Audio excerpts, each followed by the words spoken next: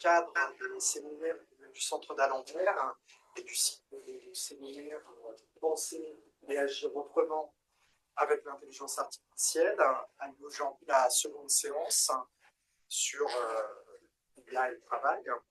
Lors de la première séance, il avait été question de l'histoire de l'intelligence artificielle, des années 60 jusqu'à aujourd'hui, et puis il avait été aussi question de l'impact environnemental de l'intelligence artificielle.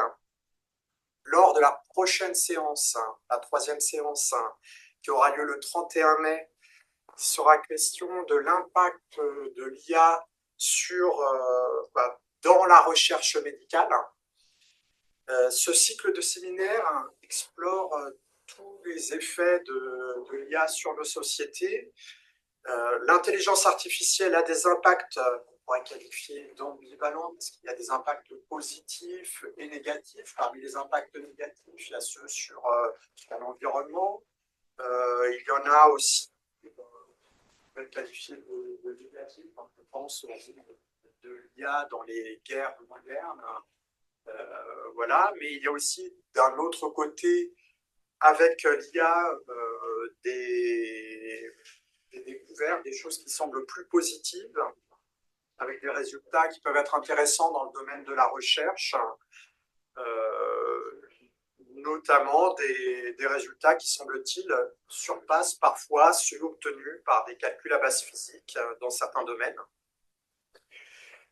L'IA a des conséquences sur le travail notamment des chercheurs. Ça peut modifier les thèmes de recherche et la façon dont certains chercheurs et chercheuses travaillent.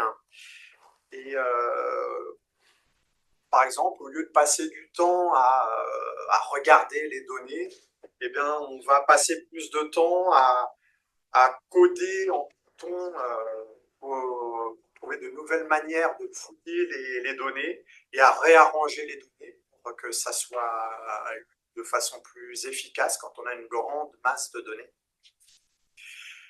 Cette deuxième séance, plus spécifiquement, elle porte sur l'impact de l'IA sur le travail, pas spécialement le travail des chercheurs et des chercheuses, sur le travail en général. Et nous recevons aujourd'hui Paola Toubaro, qui est sociologue, et puis nous recevons également Flore Barcellini et Mustapha Zouinard, qui sont ergonomes. La première intervention sera celle de Paola Toubaro, qui est, comme je l'ai dit, est sociologue, qui est directrice de recherche au CNRS, et qui, pendant une trentaine de minutes environ, va nous parler notamment des travailleurs du PIC, des petites mains invisibles qui entraînent les algorithmes de l'IA. Ces petites mains invisibles, ce n'est pas tout à fait celles, c'est un peu celles qui, malgré elles, entraînent ces algorithmes et qui jouent un rôle dans le cycle de la grande main d'Adam Smith.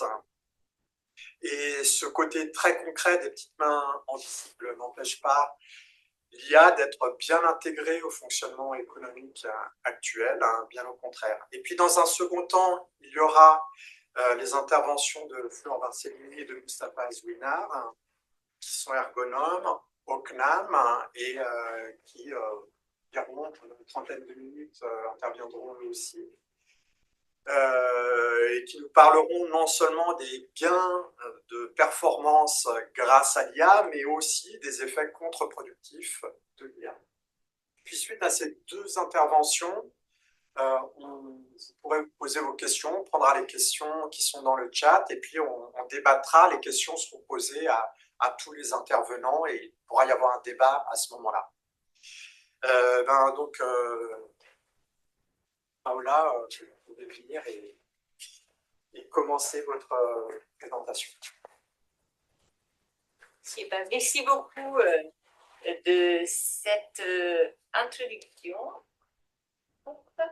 Alors, je pense que vous voyez mes diapos. Donc, le travail, je propose de présenter. Ah oui.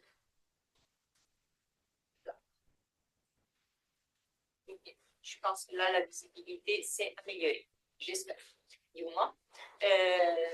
Donc, bah, j'ai intitulé ma présentation D'où vient l'IA pour parler du travail derrière l'automation. Et en fait, ce que je vous propose de faire dans cette première demi-heure séminaire, c'est de regarder d'un côté un peu peut-être inhabituel pour beaucoup d'entre vous, les débats sur l'IA et le travail notamment, mais pas seulement, se centrent souvent sur le déploiement de l'IA. C'est-à-dire une fois que des solutions ont été développées, testées, mises sur le marché, elles commencent à être utilisées et appliquées, et c'est là qu'on se pose des questions, qu'est-ce que ça nous fait à notre poste de travail, à nos élèves dans l'éducation, etc. Et alors, c'est des questions tout à fait importantes, mais en fait, celle que je vais poser est un peu différente parce que ce que je vous propose de faire, c'est de nous situer un peu en amont. Qu'est-ce qu'il faut faire? Qu'est-ce qui se passe avant qu'une solution puisse être finalement utilisée? C'est-à-dire, qu'est-ce qu'il faut pour produire l'IA? Et il s'agit en fait de prendre un peu le regard, un regard d'économiste ou d'ingénieur, si vous voulez, dans le sens où on s'intéresse au produit et au processus qui est derrière et aux inputs qui entrent dans le processus de production.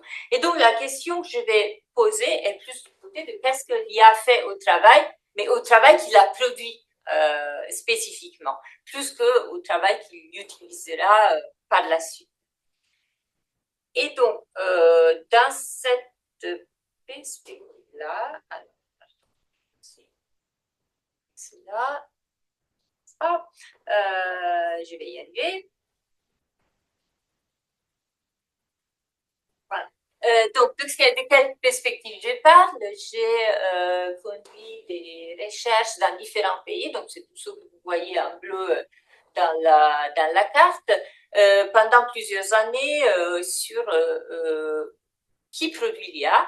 Et alors, je ne m'intéresse pas vraiment au travail des concepteurs, des ingénieurs qui prennent la tête de ces systèmes, mais plutôt des fonctions de bas niveau qui, on va le voir, en fait, se déroulent dans différents pays dans le monde, y compris des pays qui ne sont pas forcément les premiers auxquels on penserait quand on pense à l'intelligence artificielle. C'est pas que la Silicon Valley, partout. Et donc, pour expliquer de quoi je vais parler, qui sont ces travailleurs du clic que Julien a mentionné tout à l'heure, je vais faire un petit pas en arrière d'abord pour rappeler ce que je pense tout le monde sait, le fait que la plupart de l'IA actuelle est basée sur de l'apprentissage automatique, du machine learning, qui a besoin de grandes quantités de données. Et donc, en fait, on entraîne des algorithmes à partir de beaucoup d'exemples, donc des données, pour qu'ils puissent reconnaître des configurations, des patterns dans une plus grande variété de cas. Et ce qui m'intéresse, c'est que en fait, ce processus-là, il va être accompagné par du travail humain à toutes les étapes. Comment? Eh ben, la première chose, pour entraîner un algorithme, il faut lui donner des données. Où est-ce qu'on les trouve? Parfois, elles existent déjà, elles sont sur le web, elles peuvent être scrapées ou enfin obtenues en ligne assez facilement. Pas toujours. Parfois, un concepteur d'un système n'a pas forcément à sa disposition tout ce qu'il lui faut. Et donc là, j'aime bien cet exemple parce qu'il fait rire. C'est une femme brésilienne qui nous racontait qu'elle avait été payée, pas beaucoup, ça devait être de l'ordre de quelques centimes, pour prendre des photos des crottes de son chien à différents endroits dans la maison, avec différentes expositions à la lumière et tout. Et en fait, pourquoi? C'était pour donner des exemples à un futur robot automatique pour le ménage qui avait bien besoin de reconnaître ce genre de choses et savoir comment agir si il les voit dans les parages. Et donc, c'est pour dire qu'en fait, parfois, il y a des gens qui, selon le besoin, peuvent être payés pour créer des données, ce qui peut consister à prendre des photos, même curieuses, comme dans ce cas. Et puis, donc, une fois que ces données ont été obtenues, en général, très souvent, elles ne sont pas suffisantes. Il faut les enrichir, annoter, on dit en général dans l'industrie. Et alors, j'aime bien cet extrait d'entretien qui vient du tout premier entretien qu'on avait fait avec mon équipe au moment où on avait commencé à étudier ce sujet et on avait commencé par la France. Et en fait, cette femme qu'on avait interviewée en 2017, elle nous racontait, tout étonnée, qu'elle avait été payée pour faire des tâches qui consistaient à entourer des tomates dans des photos de plats de salade. Et elle ne voyait absolument pas à quoi ça pouvait jamais servir. Et bon, évidemment, elle n'avait pas pensé que, elle dit, tout le monde sait que c'est une tomate, enfin, j'espère. Si, mais un ordinateur, oui, il sait pas, quoi. Et quelqu'un doit lui apprendre. Et ce qu'elle faisait, c'était exactement ça. Alors bon, en réalité, les gens aujourd'hui, ils voient bien à quoi ça sert. Mais à cette époque-là, la conscience de ce genre de choses était beaucoup moins répandue. Et donc, bon, tout ça, ça se fait en amont, créer des données, les enrichir. Après, notre algorithme, il va être entraîné, il va être testé, peut-être même vendu, utilisé, etc. Il va y avoir quand même un besoin, à la fin, de vérifier de temps en temps qu'il fait bien ce qu'il est censé faire. Parce que le contexte, notre monde change, il faut qu'il soit toujours capable de faire de travailler comme il faut, etc. Et donc, en fait, il peut y avoir une intervention humaine aussi en aval, pas seulement en amont. Alors, cet exemple-là, c'est même pas capture d'écran, c'est des photos et je regrette qu'elles sont pas forcément hyper bien visibles, d'une fille, une jeune femme qui, dans la région lyonnaise, avait travaillé pendant 70 ans pour, en fait, elle était payée pour écouter des bouts d'enregistrement, des conversations entre des usagers et un assistant vocal. Assistant vocal, j'entends des choses type Siri, Alexa, Cortana, etc.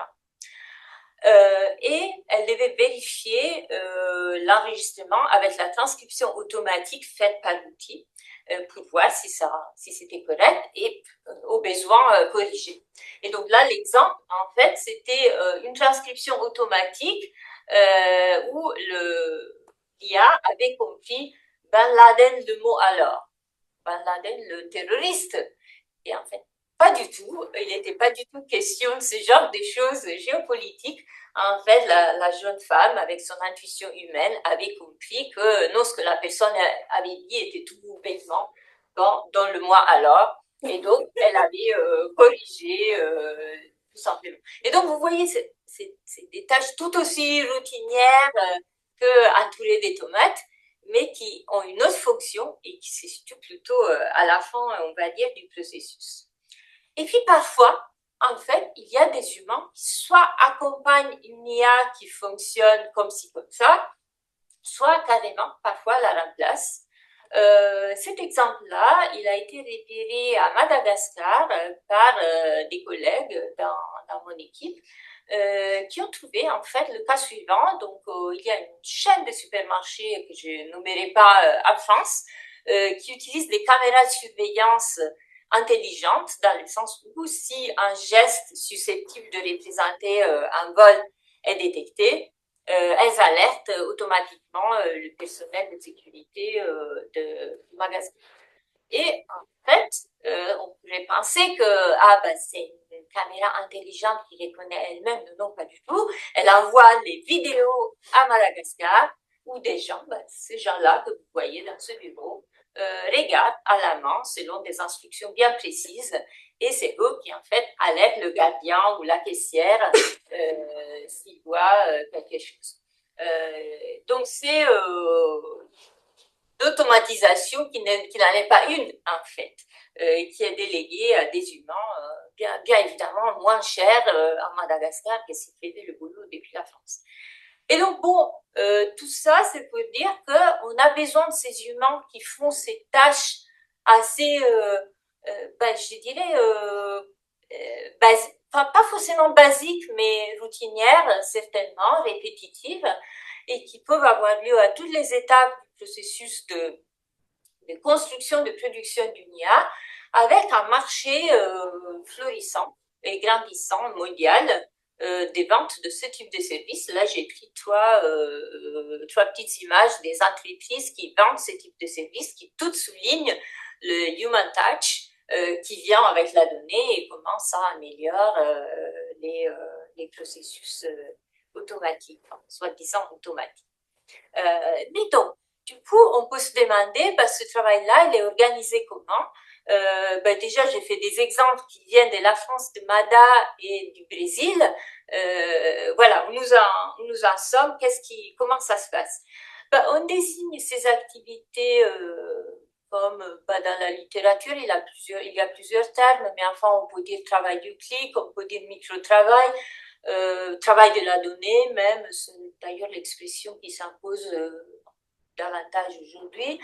Disons, c'est à chaque fois une terminologie qui fait référence soit au rapport avec les données, soit au caractère assez fragmenté de ces tâches, le lien avec l'économie numérique, mais aussi en ce qui concerne le mot, l'expression micro-travail en elle-même, a une sorte de promesse de développement. Parce qu'en fait, l'idée d'appeler ce genre d'activité micro-travail avait été proposée par imitation de la microfinance. Je ne sais pas si tout le monde ici a entendu parler des microfinances, mais en fait, il s'agit d'initiatives de lutte contre la pauvreté qui, en l'occurrence, essaie de donner aux personnes qui sont éloignées du système financier un accès au crédit ou à l'épargne qui ne serait pas autrement.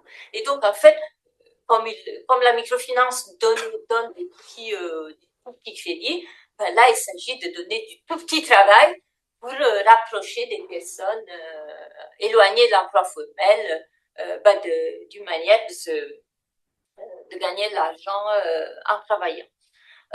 Et donc, du coup, voilà une question un peu ouverte. Est-ce qu'on y arrive? Est-ce qu'on arrive à faire ce que cette promesse implique?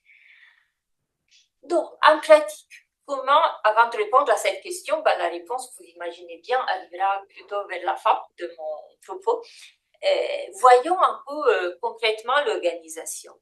C'est des activités répétitives, routinières, rébarbatives, à faible valeur ajoutée, que les entreprises ou les producteurs d'IA, on va dire, au sens général, n'ont pas forcément intérêt à garder à l'intérieur, qu'elles externalisent dans la plupart des cas.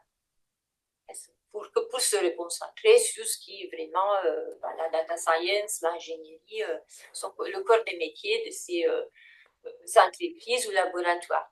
Ce qui est bon, l'externalisation, c'est une tendance qu'on connaît dans l'industrie, dans l'économie depuis un bon moment, avec c'est que l'expression peut-être plus récente d'une tendance déjà bien observée et qui, en fait,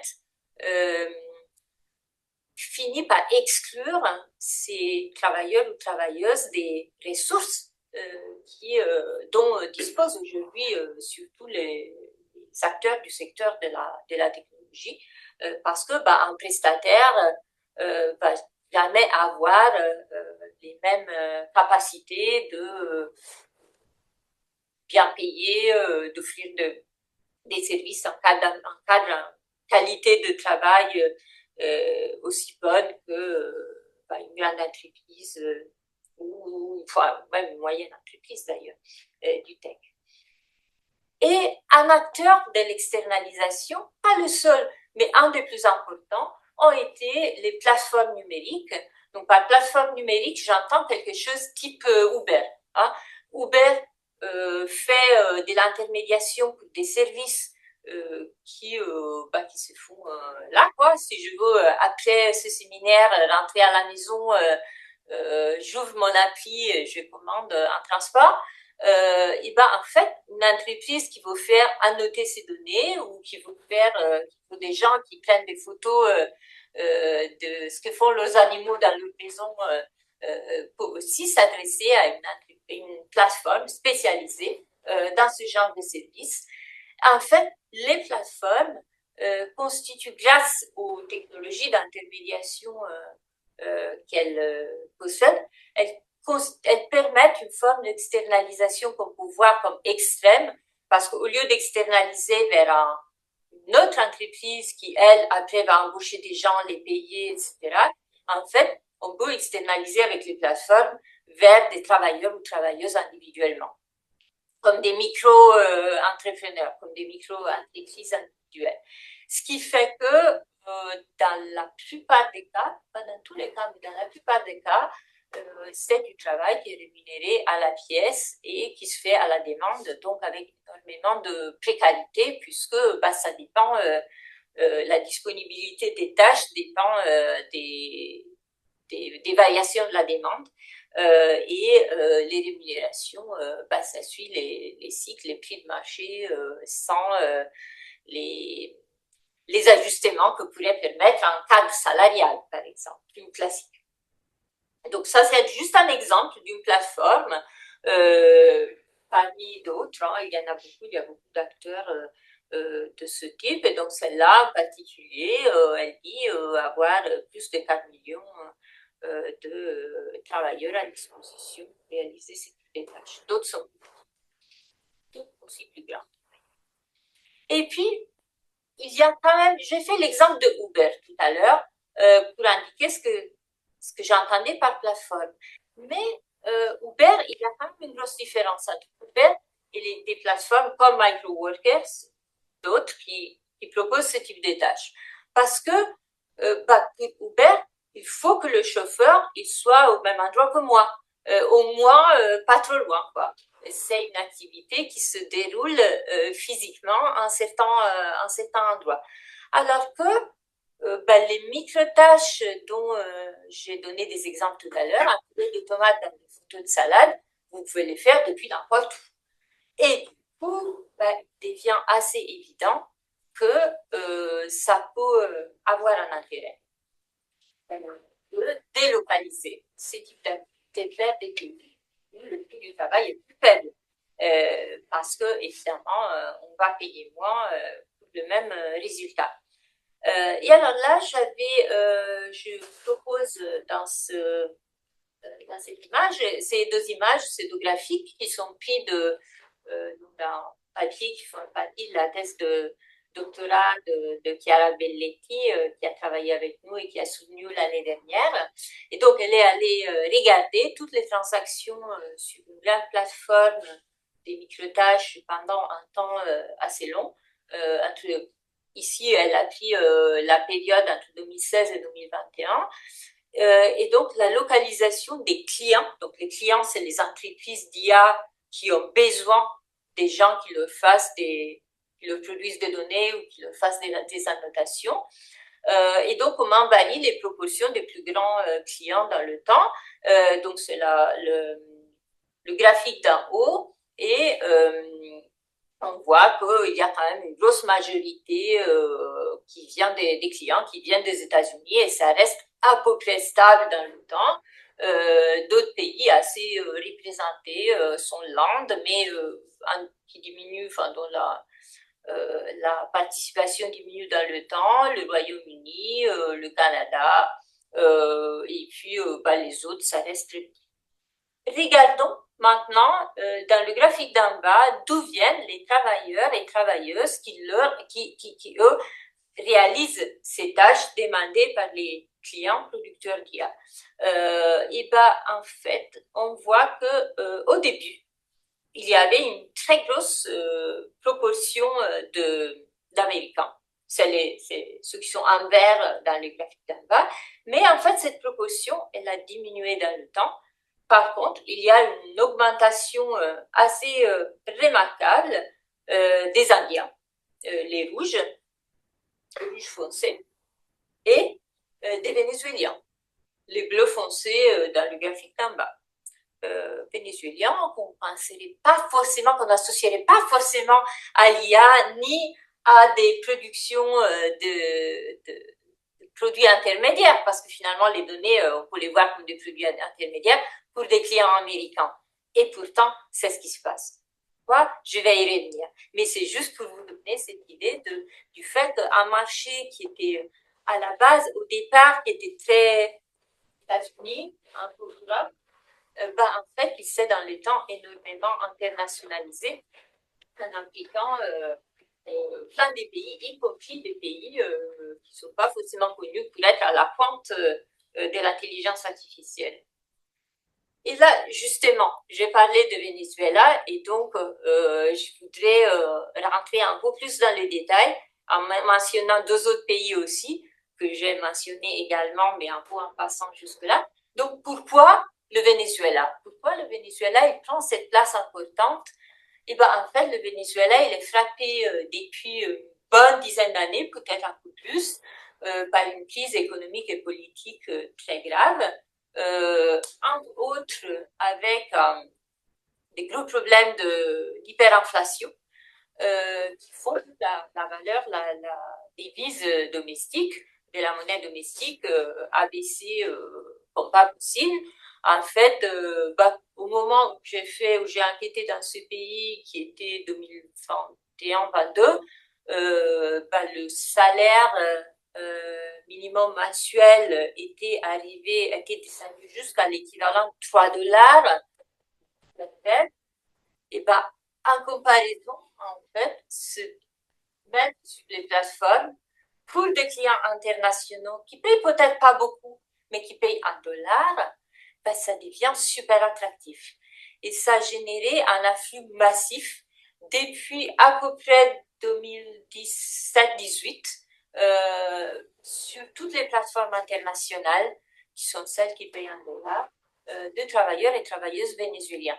Et on trouve parmi eux des gens qui étaient des anciens ingénieurs du pétrole ou qui avaient parfois des bons postes dans l'économie locale ou qui ont qui ont fait des études de maths, d'ingénierie, d'informatique et qui trouvent en fait plus intéressant de faire ce type de tâches que de se trouver un boulot localement qui risque d'être très très mal payé.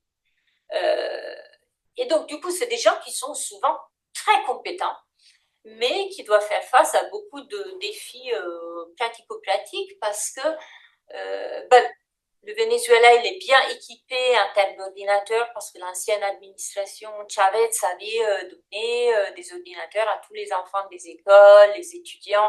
Donc ils ont vieilli. L'électricité est gratuite, la connexion est pas chère, donc tout le monde en a à la maison. Et même moi, quand j'ai fait la plupart de mes entretiens, j'ai dû les faire à distance parce que c'était la période Covid. Tout le monde était équipé. Ils pouvaient se connecter aux plateformes, tout comme faire des visios avec moi pour me raconter leur expérience. En même temps, la connexion elle marche mal, les coupures de courant c'est à l'heure du jour, et donc tout ça, ça pose problème parce que si on est interrompu au milieu d'une tâche, on ne va pas arriver à la finir, on n'est pas payé et on risque d'avoir perdu du temps pour rien. Donc c'est des difficultés concrètes qui se présentent tout le temps. Et ça crée un effet tel que ce pays finalement est connu par tous les autres qui participent à ce marché parce que avec l'idée que les Vénézuéliens c'est parmi ceux ou moins qui sont prêts à accepter même les rémunérations les plus faibles que d'autres n'accepteraient pas. C'est parce que justement en comparaison à la situation locale c'est quand même utile. Et donc, les images que vous voyez là, c'était d'un projet créé par une plateforme elle-même qui s'appelle Colony Pablo et qui, elle est russe, en fait. Et le type de tâches qu'elle donne, c'est de la solution des CAPTCHA. La solution des CAPTCHA, c'est quelque chose qui est aussi un peu zone grise du point de vue de ce qu'on fait avec. Mais beaucoup et ça paye très très mal, ça paye quelque chose de entre 50 centimes et $1,50 pour 1000 captcha, donc c'est vraiment très très faible, mais beaucoup de Vénézuéliens font cela.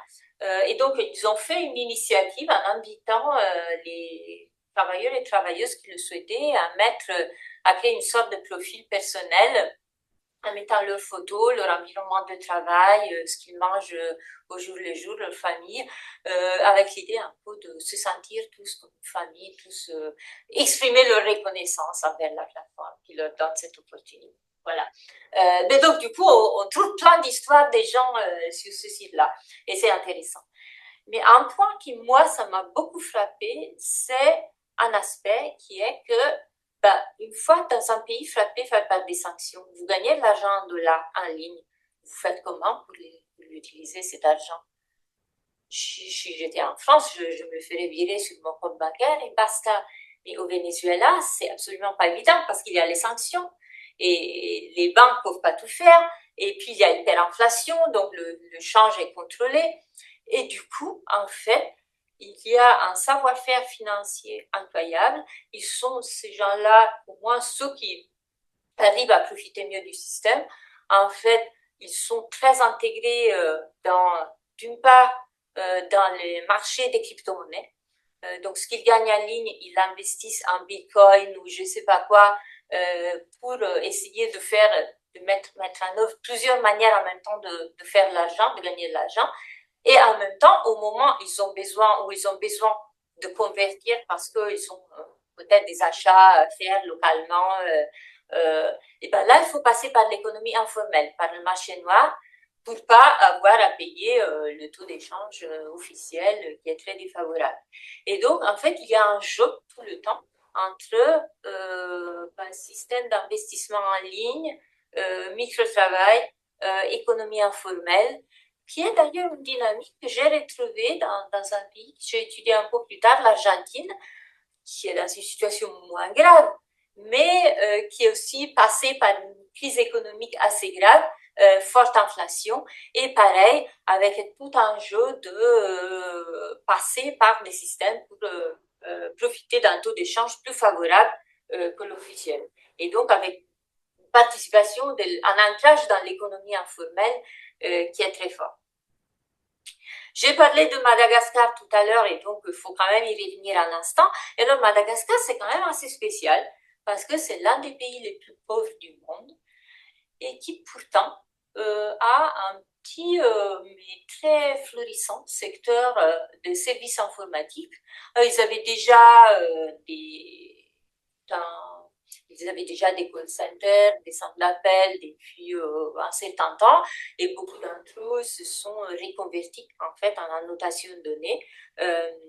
Et il y a quelques moyennes grandes entreprises, la plupart c'est des petites entreprises, parfois des entreprises informelles. Là encore, on retrouve de l'informalité, mais au niveau de une personne qui arrive à se faire une très bonne réputation sur des plateformes internationales et du coup, qui monte sa petite entreprise, ce qui veut dire mettre 5 ordinateurs dans une chambre à coucher chez lui et invite des amis, des copains, des familiers avec qui partager les tâches.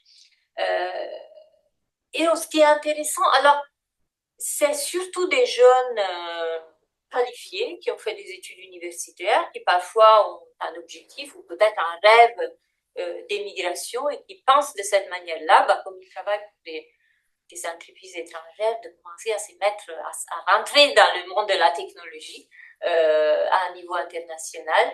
Alors, bien sûr, le salaire, ça doit faire quelque chose entre 80 et 100 euros par mois. Alors, bien sûr, il ne faut pas comparer avec les niveaux de prix de la région parisienne. Madagascar est bien moins cher. Mais même pour le coût de la vie là-bas, c'est pas beaucoup. C'est surtout des jeunes qui vivent encore avec leurs parents, qui gagnent assez avec ce type d'emploi. Déjà, ceux qui ont une famille ou des enfants, c'est un peu moins évident. Et donc là, le graphique que vous voyez, il est dans un article je crois, B, mais c'est pas grave, et qui montre les échanges entre le Madagascar et la France, parce que là, historiquement, c'était une ancienne colonie française, les gens parlent français toujours, et ça fait que la plupart de la clientèle se trouve en France, même si il y a aujourd'hui certaines entreprises qui essaient de diversifier vers d'autres pays. Et les photos, elles ont été...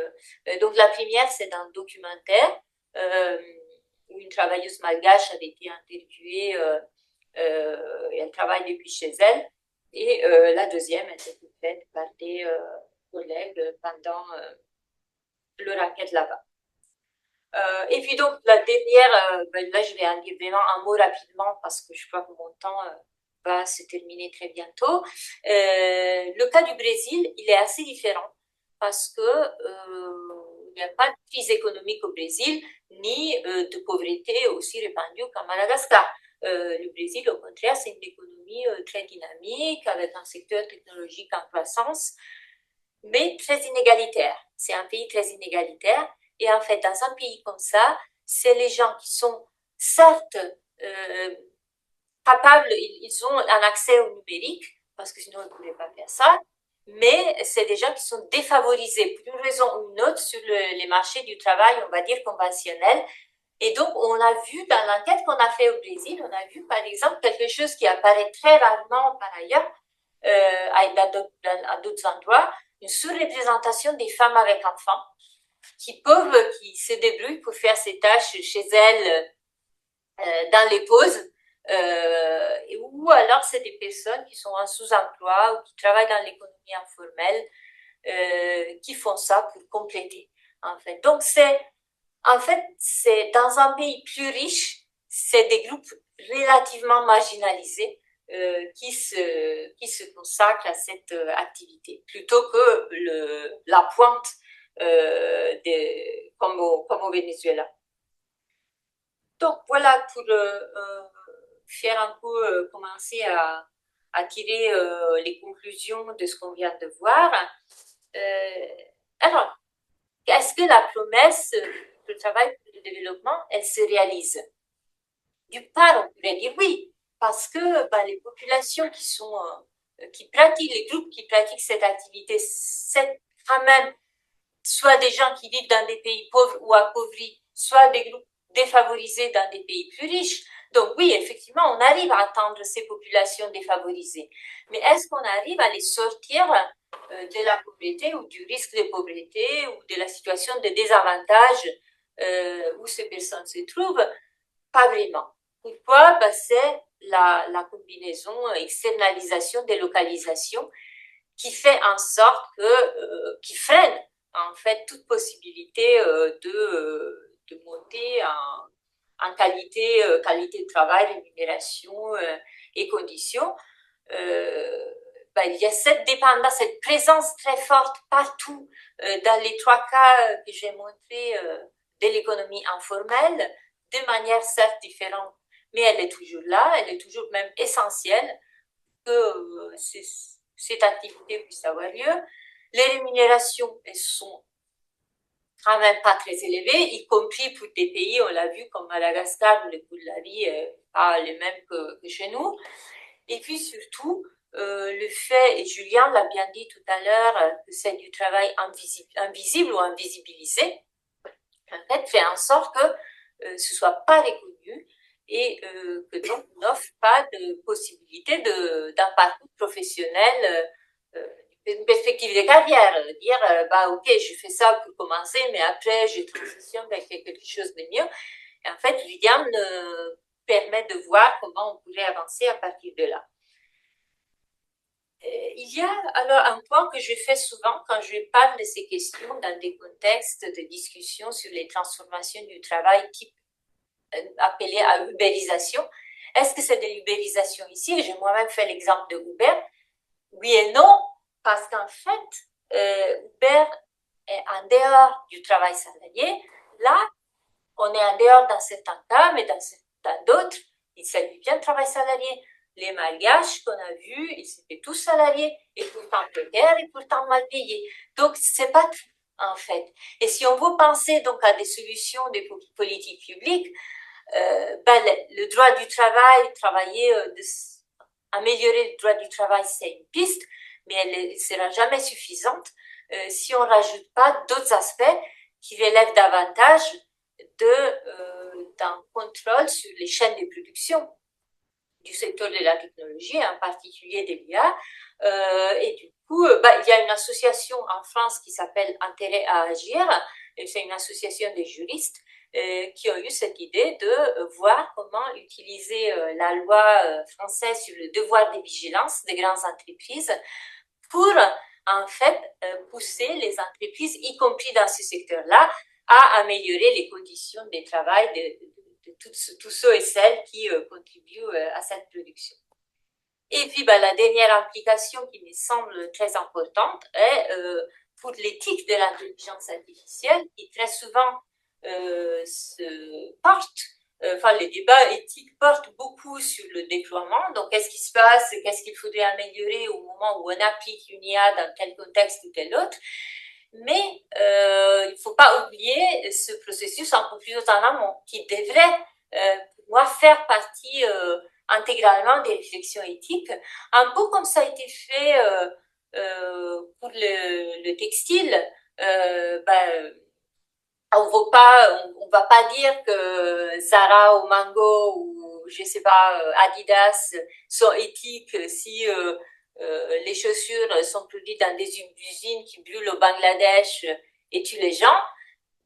Faudrait peut-être appliquer ce même raisonnement à tout le monde, y compris à l'intelligence artificielle. Parallèle avec les chaussures, c'est quelque chose que j'aime bien.